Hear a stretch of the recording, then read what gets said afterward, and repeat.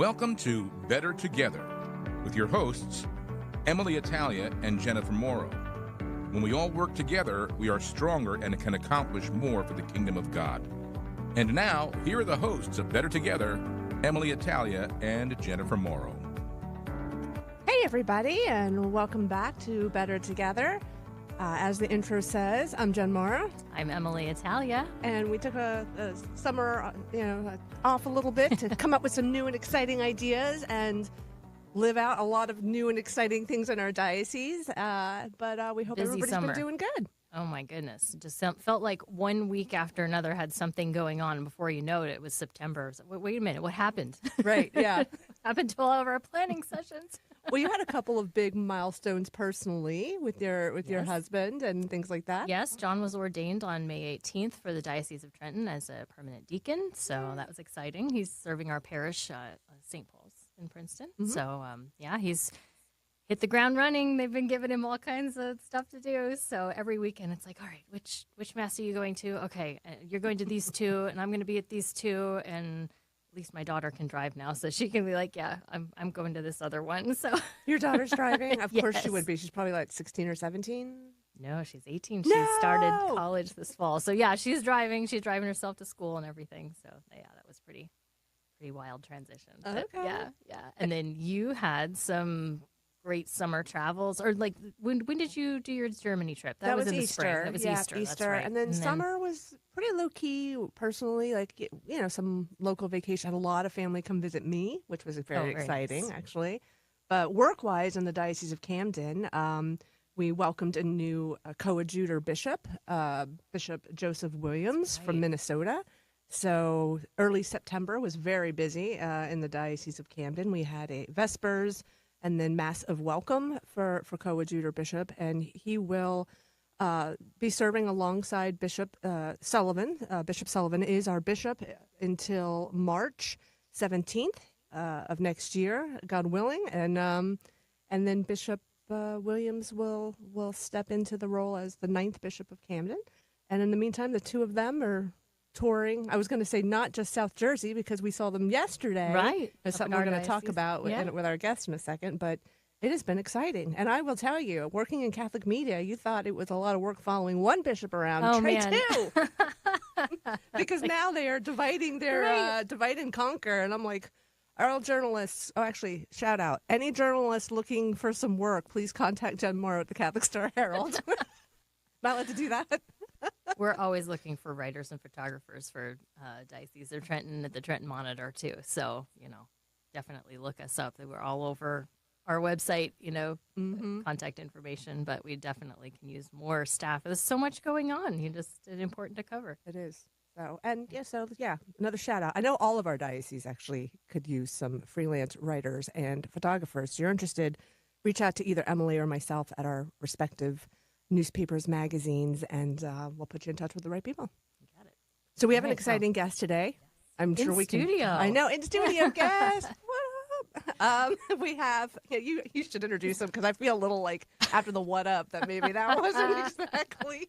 We'd like to introduce James King, who is the executive director of the New Jersey Catholic Conference, right here in the Diocese of Trenton, but representing the entire state of New Jersey, and it's the public policy arm of the bishops of New Jersey. So when the bishops have something to say within the Catholic Church, through the New Jersey Catholic Conference, that's the vehicle that they use to spread a lot of the policies that they have to talk about, especially when it comes to our political sphere, or how the Catholic Church lands on particular issues. Mhm.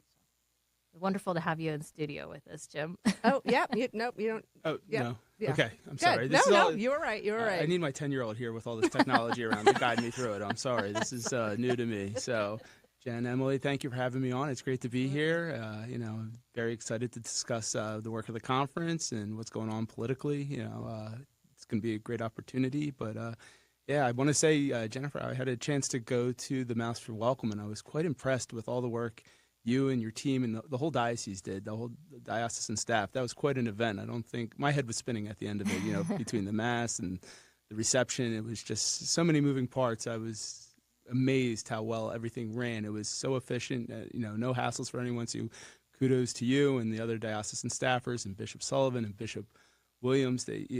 Tremendous job. So Thank you. maybe you guys can go into event planning or something. That's a little side hustle there, but it was great. So good idea.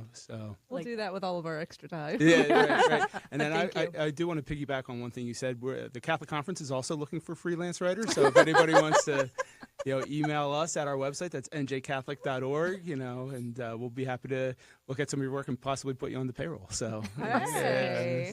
All right. So already we've completely promoted all of our entities and go. hopefully getting some new talent. There we go.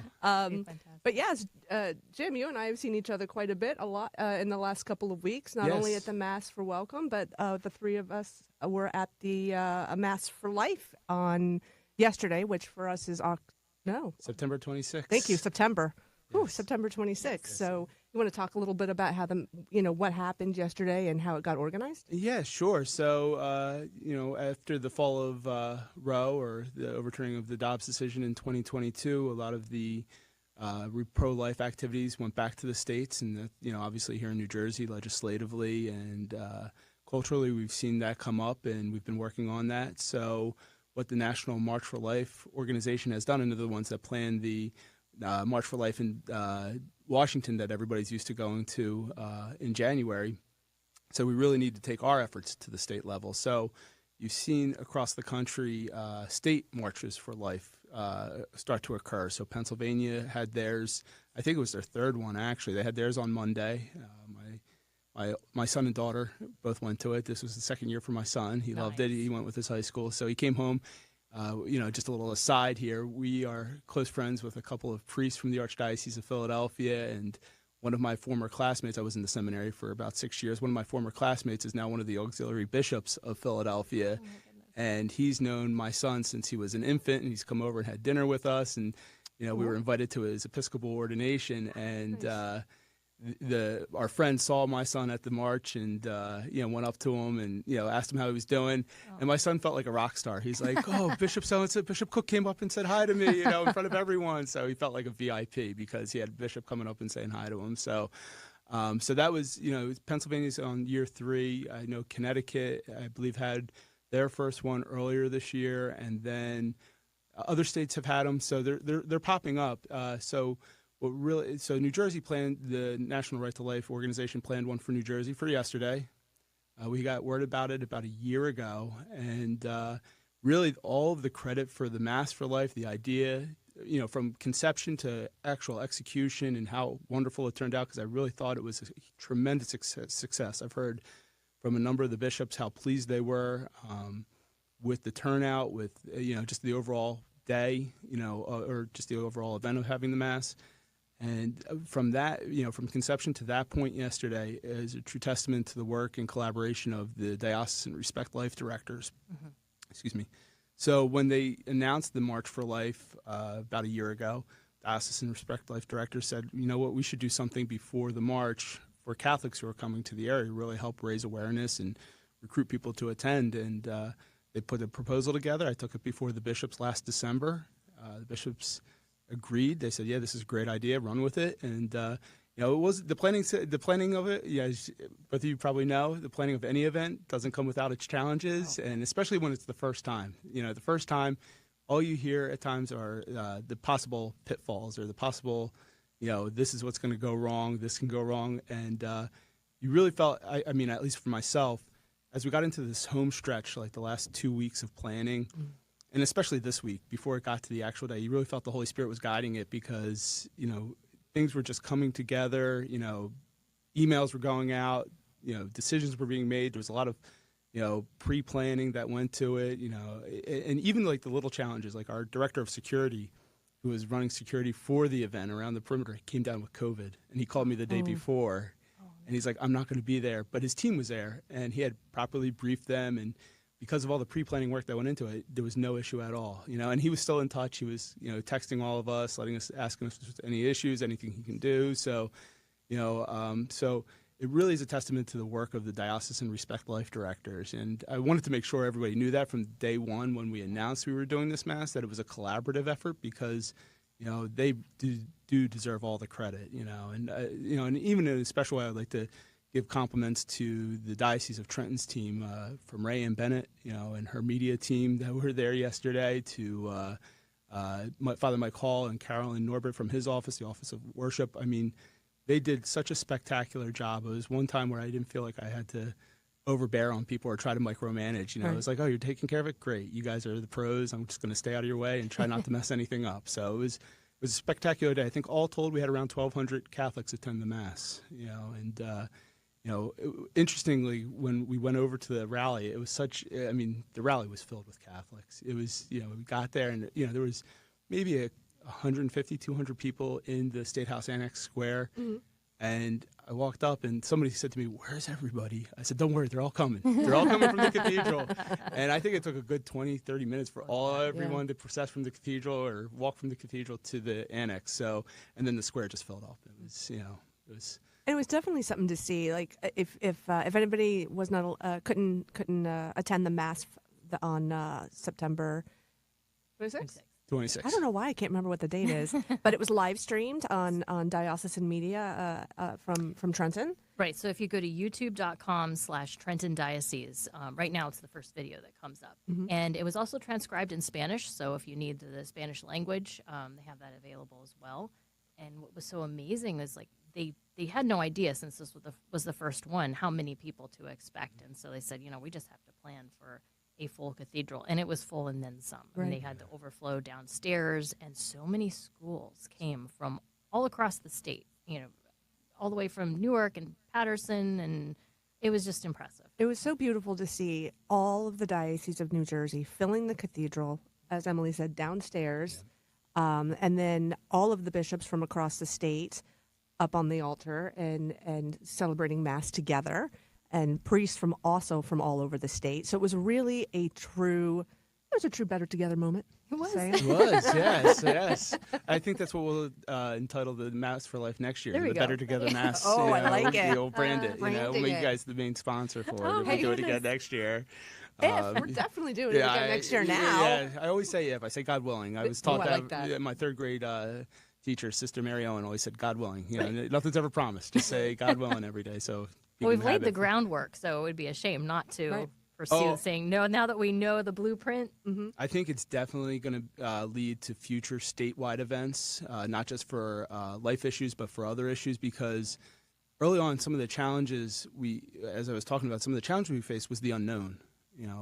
How is parking going to work out? I mean, Trenton's a city. There's not a lot of parking around the cathedral, and people were concerned: is that going to discourage people from attending? And where we're going to put the buses? Where we're going to, it came down to even having conversations of people saying, "Well, should we get water and hand that out to the participants?" And being like, "Well, we're talking 1,200 people. Are we talking about truckloads of water? Who's going to fund that?" So there were those type of logistical unknowns that became challenges, and I think. Sometimes in the past, when I've talked about statewide events, those logistical challenges have become more reasons not to do something.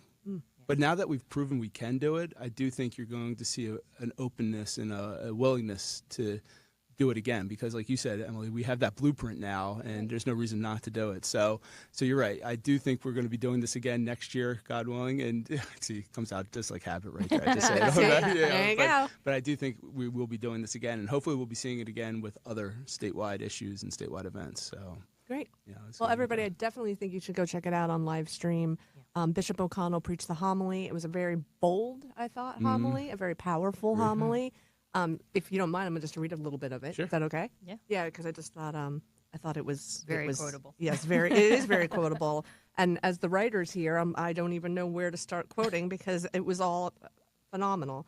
But I'll just read a little bit of it so that everybody is tempted to go. Unabashedly strong in his message. Exactly. I was really, really edified hearing that. And, I'm sure we've all heard it. I'm sure you heard it too, Jim, is that, talking to people in the pews even before, is that's what they said that we needed. We need to be bold, right? Yeah. That's what, and then so today, Bishop O'Connell, I'll just do some of the highlights. He said, today in Trenton, we in all the dioceses of New Jersey affirm that duty to protect. One need not be a Catholic to express and believe it. One needs only to be a rational, honest human being. Then he goes on to say, we, all of us, every one of us created by God as we are. That is truth. And he goes to quote Jeremiah, before I formed you in your mother's womb, I knew you. So he says, our creation, our very lives, therefore, are no mistake, are never a mistake, are no accident, are never an accident. That is the truth. And then he says, we cannot be a Catholic without being rooted in our deep convictions. I'm totally messing that up. Let me start that over. But one cannot, however, be a Catholic without that conviction rooted deep in our souls as a preeminent priority of our Catholic faith. You know, he really said, this is who we are as Catholics. Yeah. It's our duty to protect as Catholics. And then we served as that witness by going up to the State House Annex, and there were so many speeches, and then people of all ages, from infants to those in wheelchairs, marched. It was a very diverse group, I thought, yesterday, you know, from ages to cultural backgrounds, even to faith denominations that were represented. I mean, Catholics obviously were the majority there, but there were other faith groups represented, and I thought that was such a, you know, it was such a New Jersey thing because we're such a diverse state, so it was good that we had a diverse March for Life. But I just wanted to mention, going back to the schools, I was most impressed with the students when they marched yesterday. Everything, for the most part, was a peaceful march, but we did encounter a couple of instances where people were expressing their disagreement with us as we were walking through the streets of Trenton, and some of these students did not hide their pro-life convictions, you know, in a very peaceful way, kind of just countered, held up their signs as they walked by. And, one individual in particular that I recall seeing yesterday was quite hostile and used some very choice language towards the crowd, and use some hand signals towards us. Oh my goodness! And these students, they didn't hide, they didn't walk away. They just held up their signs and smiled at them. And I thought to myself, gosh, at that age, I don't think I would have been able to do that. I've been too worried about looking uncool or being unpopular. And I give them all the credit in the world. It was an amazing testament to see somebody people that age kind of stand up for what their beliefs are in that. That is a great segue to what else we're going to be talking about, which is civility and discourse. But before we get there, since we are going into October, and which is Respect Life Month, just kind of wanted to regroup. But how do you think that the Respect Life movement has changed since it went from the federal level to the states? Like, has it lost some of that momentum, or what we saw yesterday has it rekindled? I don't think. I mean, from in terms of a conviction standpoint, I don't think that's lost. I think people are as committed to the pro-life movement as they were 2 years ago, fighting for the dignity of life from conception to natural death. I think what we're at is a crossroads of how do we re-strategize. Everything had been focused on Roe for 40 some years before the Dobbs decision. And the church was doing a lot of great pro-life work before that. So, we heard talks on Rachel's Vineyard and Project Rachel yesterday. And, the one thing I want people to understand is that's been around for years. And that wasn't a result of the Dobbs decision. The church has been doing that type of healing ministry for years.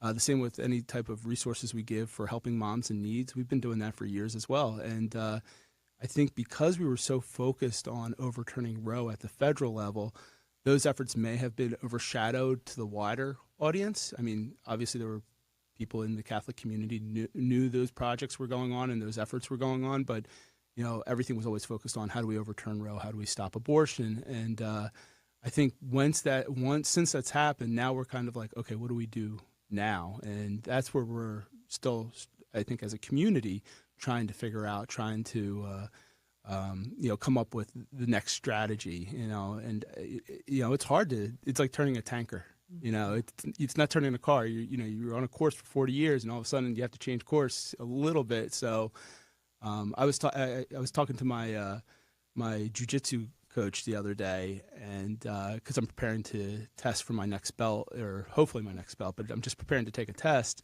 in jiu-jitsu, and one aspect he pointed out about my current status, because I'm a white belt, I'm still learning, been doing it for a year and a half, and he says you've become too focused on your defense and getting out of trouble. You're not learning the offense. You're not learning how to go on the attack. And that's honestly what I've done for the last year is just learning how to protect myself. And, I've gotten to a level where now I can get out of a bad situation from somebody who's my skill level, maybe a little bit higher. The guys that are more experienced just treat me like a rag doll. And, it's quite comical. My son likes coming to class and watching some 145-pound guy like throw his 270-pound dad around and, beat him up, and they cheer him on and everything. But the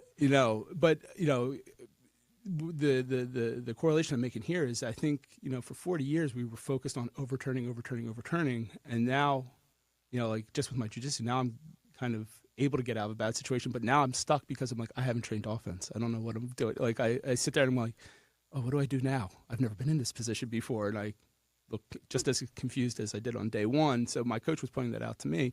And I think there's a little bit of that in the pro-life movement. We were so focused on overturning row. And even though we had these other projects going on, now it's like, what do we do now? We weren't ready for this position. So, and again, I think there's a lot of good work going on. I think there's a lot of dedicated people. So I don't think we've necessarily lost momentum. I think it's just how do we direct that momentum? How do we direct that energy and go with the new circumstances? A couple of statistics that were brought out at the rally, but some of the speakers were that the pregnancy resource centers that are available throughout New Jersey and throughout the country. I was actually really surprised by these statistics. I think it was said that there were over 50 in New Jersey alone, and I think the statistics they had for 2022, they served over 23,000 men, women, and youth, and they provided services valued at more than $3 million, and that was without any state or federal funding. So the shift that you're talking about, I think, is in our response to the people who need help so that abortion becomes unthinkable. Mm-hmm. So that I've noticed that vernacular coming out. We want to make it unthinkable. Yeah. We want to change hearts and minds, less about, the laws, because, we still are fighting for the lawmakers to recognize the dignity of all life. But at the same time, we have the power to do something on the ground. And I'd also heard that there are over 3,000 of these centers across the United States. So these, I think, are growing in support as people realize, okay, we're going to have to do something in our state to respond to this situation now that it's gone from a federal to a state level. Yeah. EmmaLee, you bring up a great point about the changing of hearts and minds and responding there. And, we obviously have to continue focusing on the legislature and policy and what's being proposed and discussed and debated. I mean, if we didn't do that, I wouldn't have a job. But so that's important.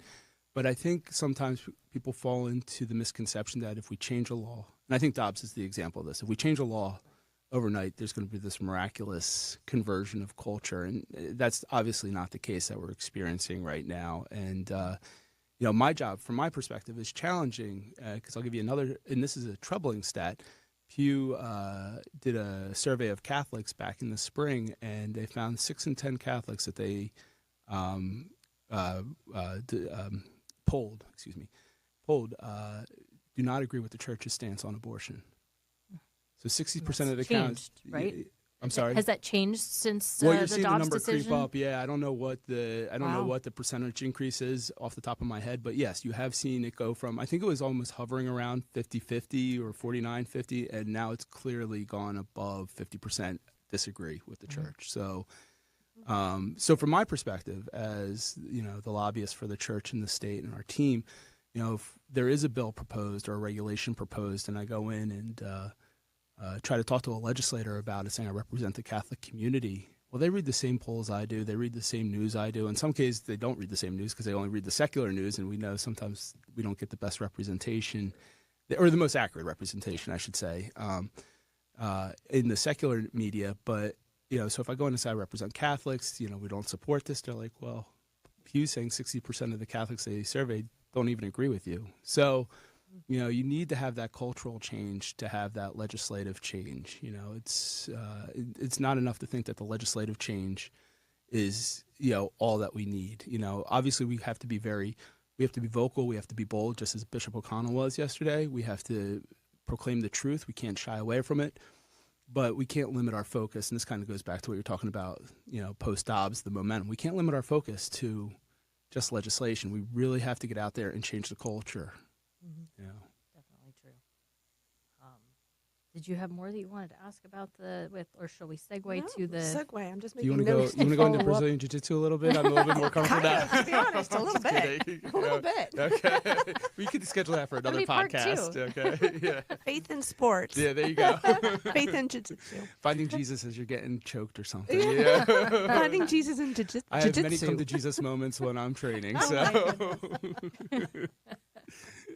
So So let's change. Like I said, October is Respect Life Month, but I think that the webinar that you're having when we're talking about civility and political discourse is also Respect Life, because it's all about treating each other as humans. yes, So I think it's a perfect month that y'all are having the webinar. I agree. I'm sure I you agree. planned that. And Yes, exactly. When we looked at our calendar for the year, we said October because it's Respect Life Month. Let's do a webinar on civility. Have nothing to do with the national election coming up in November. Yeah, that everybody wants to talk about. So for those who didn't hear about it yet, it's been reported online, but it'll be October 9th at 6:30 p.m. And the webinar will be Blessed Are the Peacemakers. Yes. And Jim will be one of the panelists. Correct. And then the other two panelists are other...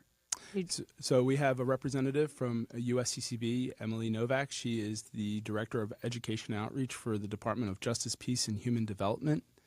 There might have been a change to that office title. So, EmmaLee, apologies if when you hear this, listen to this podcast, if I got that wrong. And then my counterpart from the Pennsylvania Catholic Conference will be joining us, Eric Failing, and he'll be bringing the Pennsylvania perspective to our discussion on faithful citizenship. I think people should be interested in that. Pennsylvania is obviously a battleground state, so although we deal with, there's a lot of overlap in what we deal with come election time and on these issues. I think it's maybe even like on steroids in Pennsylvania, just because there's so much attention on that state. I mean, nobody really looks at New Jersey at a national level, unfortunately, as being a battleground. So he's obviously facing some challenges that we're not used to here in New Jersey. You don't have to face when it comes to talking about elections and national elections. So I think it'll be helpful for Catholics in New Jersey to hear that perspective. And we're going to go back and forth, talk about best practices, in terms of preparing yourself for the election, best practices in terms of bringing civility to politics and your political discourse and your discourse on public policy. And it's easy to forget when it's such a charged atmosphere and there are so many contentious issues at stake, and the candidates don't really see eye to eye on very much at all. So it's difficult as a Catholic to know not only what to do at the ballot box, but also how to have those discussions in a way that you don't burn bridges. Yes. With your colleagues, with your family, Sitting because across the life table. goes on after the election, and we Yes. have to be able to get along with everyone.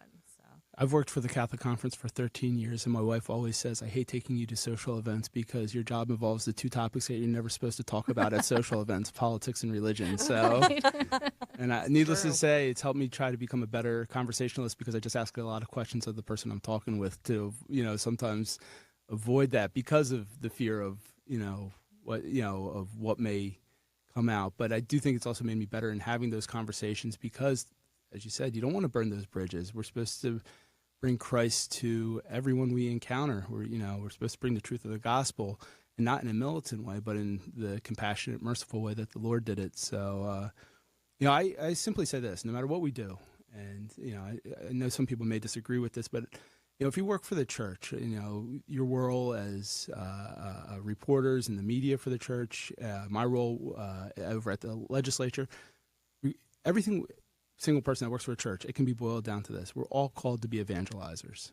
I mean, that's the common thread of all of our work for the church. Now, we bring our talents to it, and the Lord has us do very specific missions, just like Paul talked about in his epistle about, different parts of the body have different functions.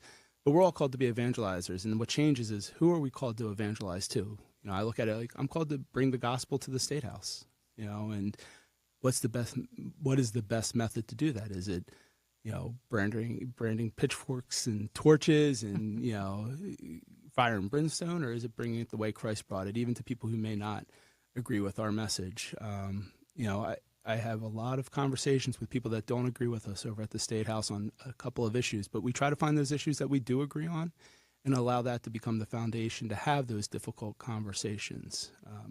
My predecessor, Pat Brannigan, who's a deacon here in the Diocese of Trenton, used to tell me all the time when I first started with the conference that, people, when they lost the ability to have dinner with each other, people on either sides of the aisle, and have their families get together, he goes, he believes that was the start of the fall of civility in politics. He goes, he remembers when he would work, where he was working for the governor's office, a legislator was asked, well, why can't you say something negative about your opponent on the other side of the aisle? He goes, how can I say something negative about someone who's married to one of my wife's best friends?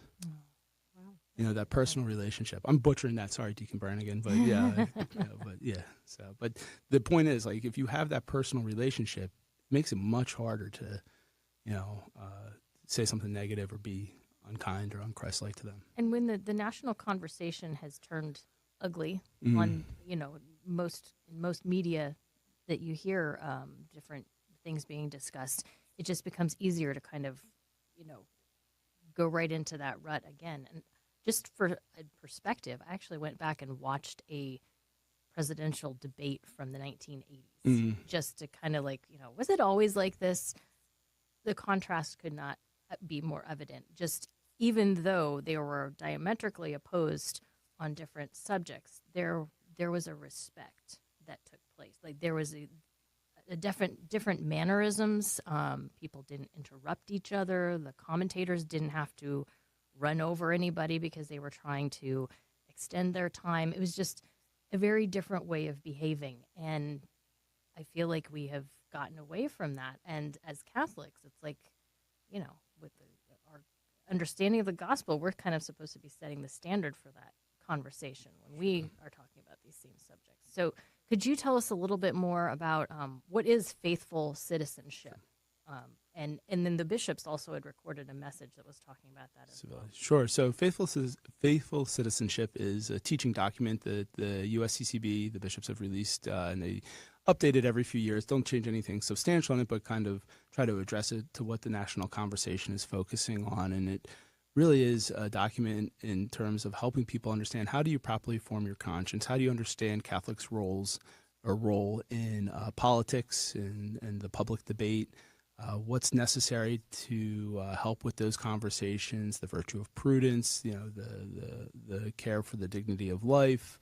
But interestingly enough, and I would like to point this out, I won't just jump right into a deep dive on the document, but as I was preparing for our conversation today, I went through it, and there's very little mention about voting in it.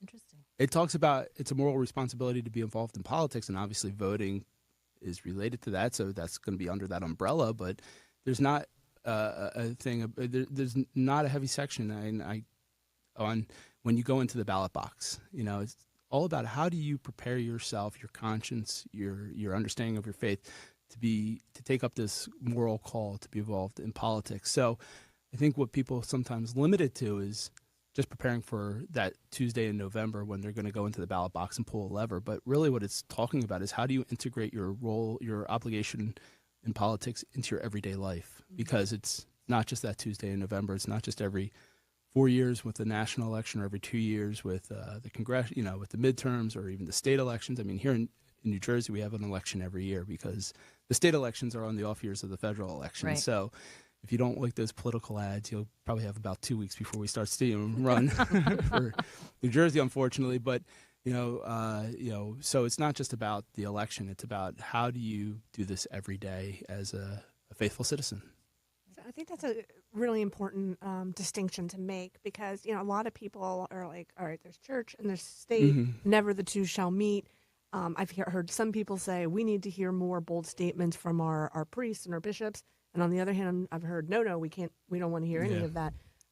But there is a difference from what I'm hearing you say, that the Catholic Church doesn't stand up and say, vote for this person, this person. We're talking about conscience. Right. Our faith is a gift that is meant to be shared. And, I think sometimes people like to create a straw man argument against the church and say, well, that's separation of church and state. Don't force your beliefs on me. But when we talk about Catholics' role in politics, we're not talking about going out and advocating that Congress or the legislature pass a law that everybody has to believe in the real presence of the Eucharist, or the Immaculate Conception. What we're talking about is our faith is our foundation that gives us the proper understanding of humanity and what it means to be a human person and the dignity that comes with that and the obligation we have to protect that dignity.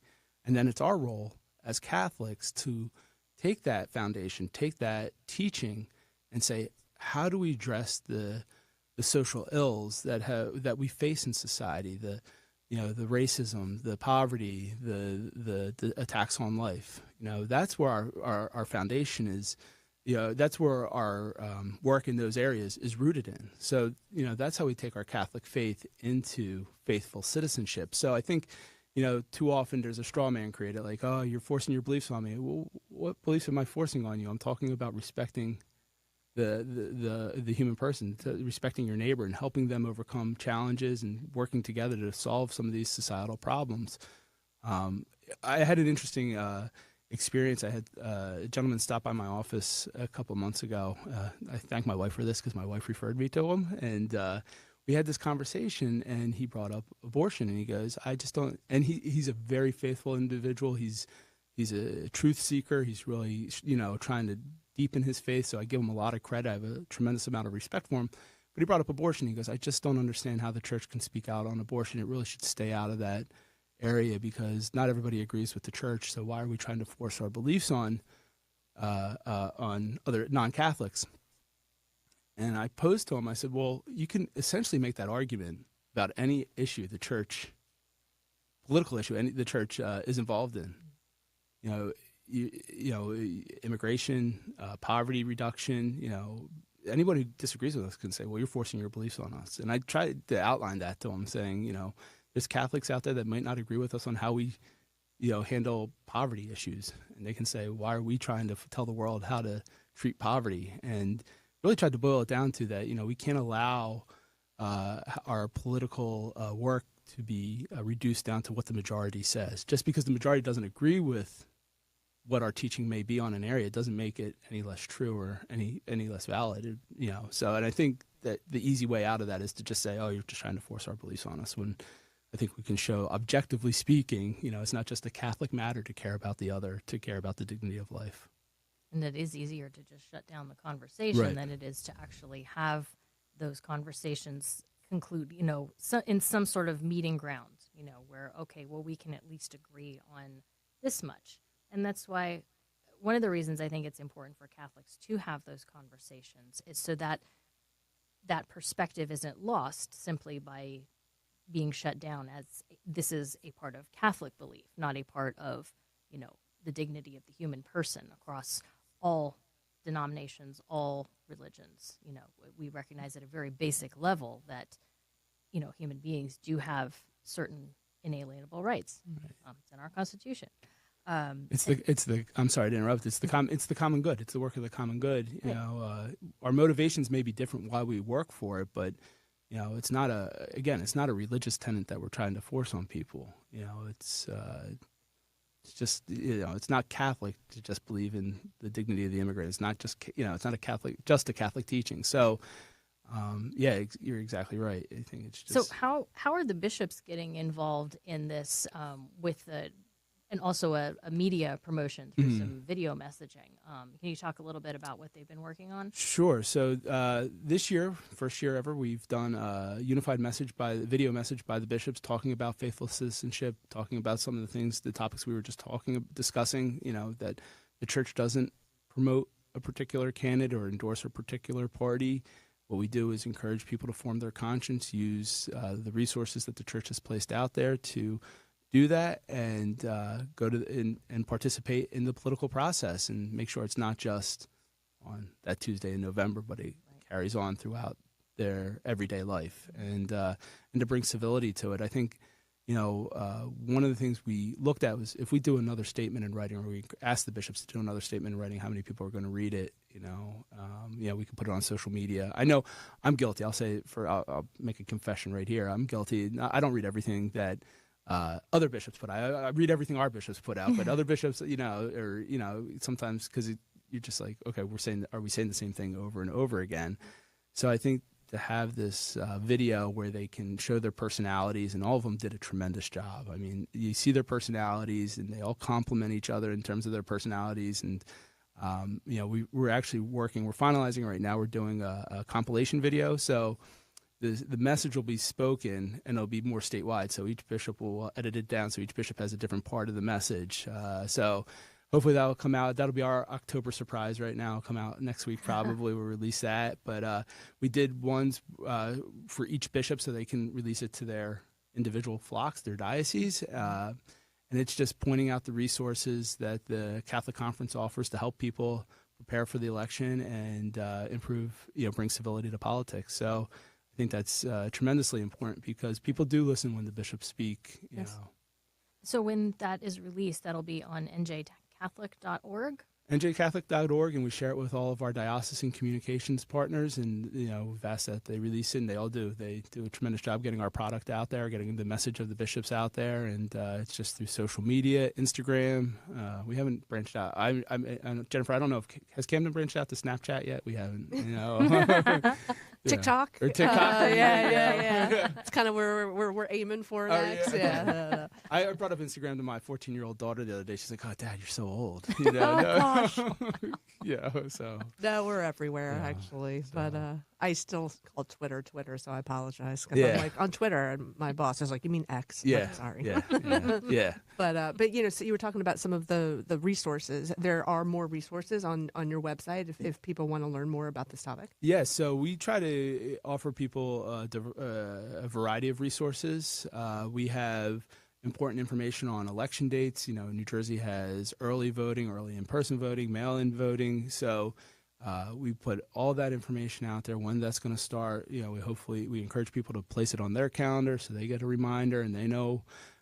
We send out alerts for the deadline to register to vote. We encourage people to register to vote, and that is one activity that parishes can take up during election season. We do have a list of do's and don'ts for Catholic organizations, and it's an extensive list to keep people out of, veering outside of the lines here and getting involved in areas that they shouldn't. But, voter registration drives, perfectly acceptable in the parish. Obviously work with your pastor on that, and but yeah, we should be encouraging people to register to vote, to get out and do their civic duty. What else? We have one of the topics one of the resources we offer now is a candidate resource guide. So in the past, people would look for the church to do a questionnaire of candidates, and it's just such a low response rate. And we wanted to use the virtue of prudence that faithful citizenship talks about. We said, if we publish a questionnaire that only has certain candidates' responses, does it give the implied or the perspective that we're endorsing those candidates without? So what we do is, in the spirit of faithful citizenship, is saying it's the responsibility of the individual, to form their conscience. We provide the resources. We have links to all of the candidates running for office in New Jersey's campaign websites. And I think that's one of the great things about websites now is they're very vocal and out front about what issues they support and what issues they don't support. So you can come to our website, you can look at your district, and you can go, okay, here's the candidates. And we're talking all the candidates, not just the two major party candidates. And you can go and read that and, see where it aligns with, your Catholic values, your values, and form your conscience. You talking about that has just pulled up this old memory in my head that, you don't have to be of voting age to start educating yourself. Like I remember, my mom and I sitting at the table, opening up the newspaper, the daily newspaper, where at the time I think it was like the Women's League voters, and they would do the same thing for the local candidates, right? But and I think I was only like 13, right? But that's how I started learning that it is important to vote. It's important to learn who your candidates are and what they stand for. So if you have all those resources, that could be great resources for our Catholic high schools, even, and like you said, our parishes.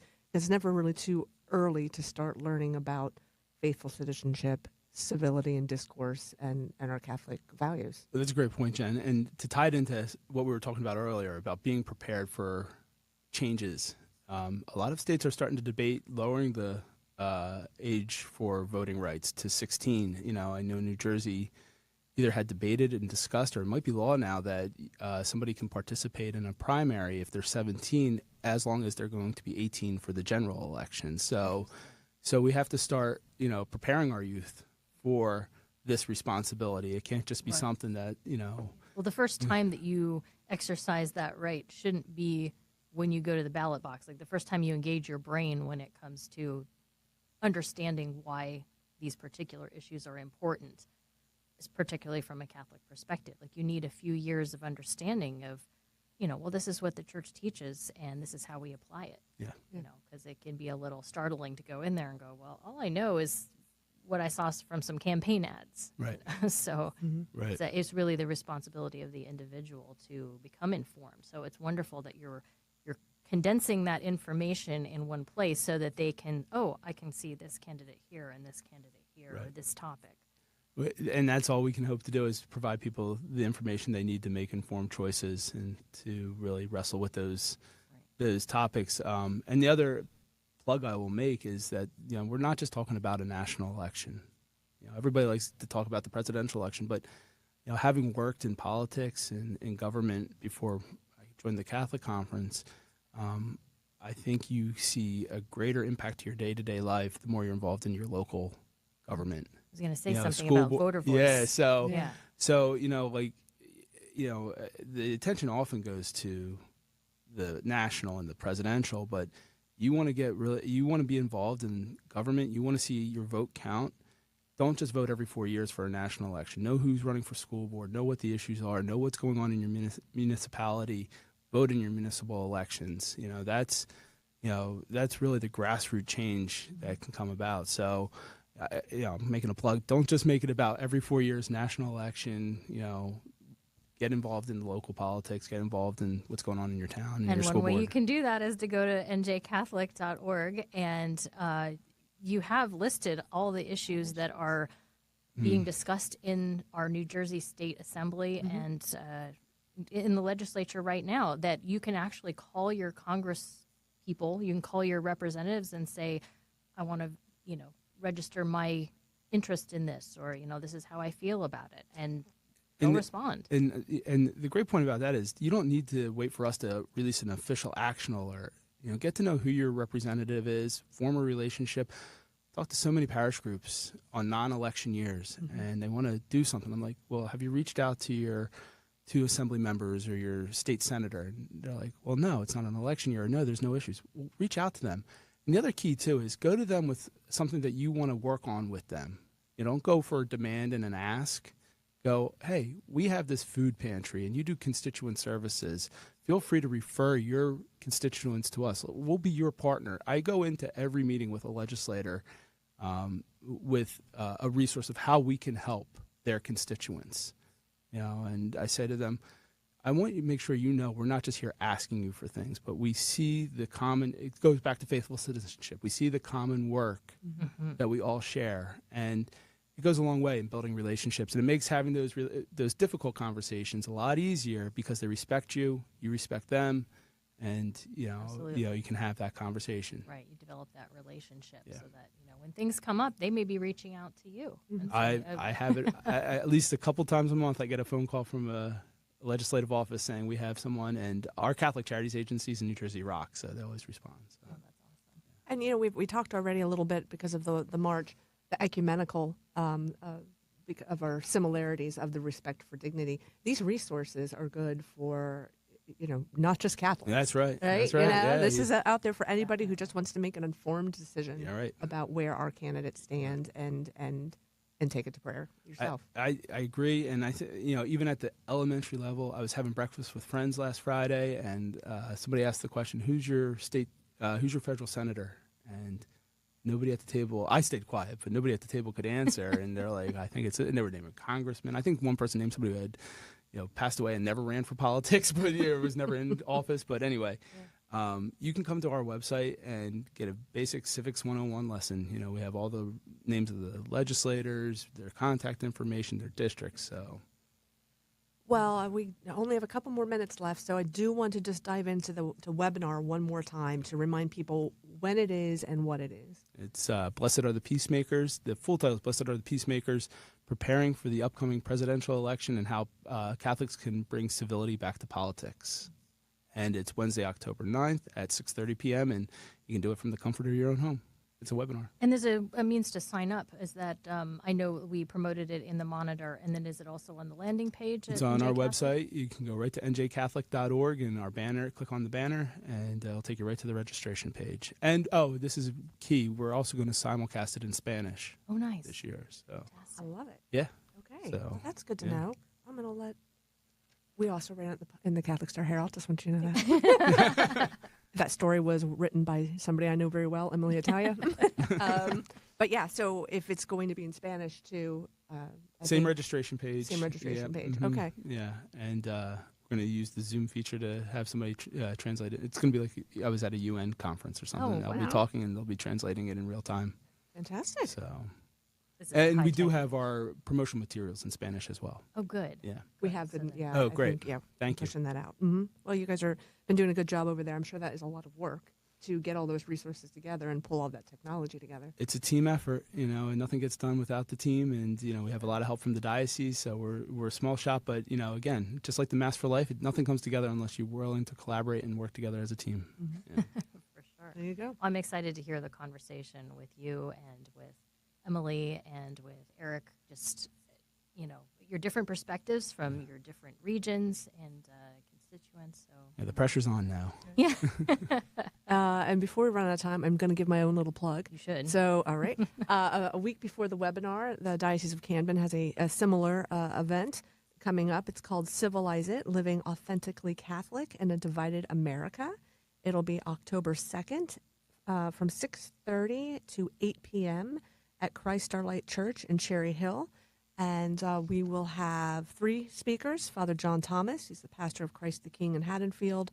Dr. Maria Elena Hellion, who is our executive director of Catholic Charities of South Jersey. I see we were talking about our Catholic Charities. Catholic Charities Dr. friends. Yeah, Maria's great. Yeah, she's great. Yeah, and Dr. Kenneth Craycraft, he will be visiting the area. He's an author of the book titled "Citizens Yet Strangers: Living Authentically Catholic in a Divided America." So I think there's a definite theme here of that Definitely. idea of division and civility, and just trying to get back on track. I like what you said about Deacon Brannigan's. How can you make fun? And how can you, talk disrespectfully of someone your wife is friends with, or your wife's, your wives are friends. So, another book I'd recommend is Chris Matthews did one on Tip O'Neill and Ronald Reagan. It's called The Gipper and Tip or something like that. And again, it highlights, EmmaLee, you were talking about watching an old debate. It highlights how these two men who were so politically different could have a cocktail at the end of the day with each other and be, have that friendship. So I Imagine think that used to be the norm. It did. It used to be much more, we have more in common than that which we disagree about. So, why not try to come together on those projects that actually mean something? And then, the differences, we can have those discussions and then, go out and have a drink and go back to work the next day. my first time at the New Jersey State House when I started with the conference, I was sitting in the Senate, I think it was Senate Judiciary, just real quick, and I saw the Senate President come in, and I saw the Senate Minority Leader come in, and they're both big, they were both big men at the time, imposing. And they gave each other the biggest bear hug and slapped each other on the back and were asking each other about their family. And I said, this is the stuff the public doesn't get to see. They think these two men probably hate each other, and they don't. So yeah, it's extremely important. Good lesson. So, yeah. Well, Jim, thank you so much for being on the show. Thank you. And Thanks being for having in me. studio. Oh, it was a pleasure. This is awesome. Yeah. So I'd be happy to come back anytime if you would Oh, like yeah. to have me talk about maybe do a post-election recap or anything. That'd be great. Oh, hey. So All right. And jiu-jitsu. yeah, and jiu-jitsu. Yeah, I'll be happy to talk. I'll have some new scars to I can show on camera. Okay. So, Sounds good. Okay. Oh, well, Jim, thank you so much. Thank you, Jen. Thank you, EmmaLee, EmmaLee. good to be back in the studio. This was great. A great way to kick off the year. So I'm really excited for what's coming down the pipe. There you go. Everybody, thank you so much for tuning in, and we'll see you next time.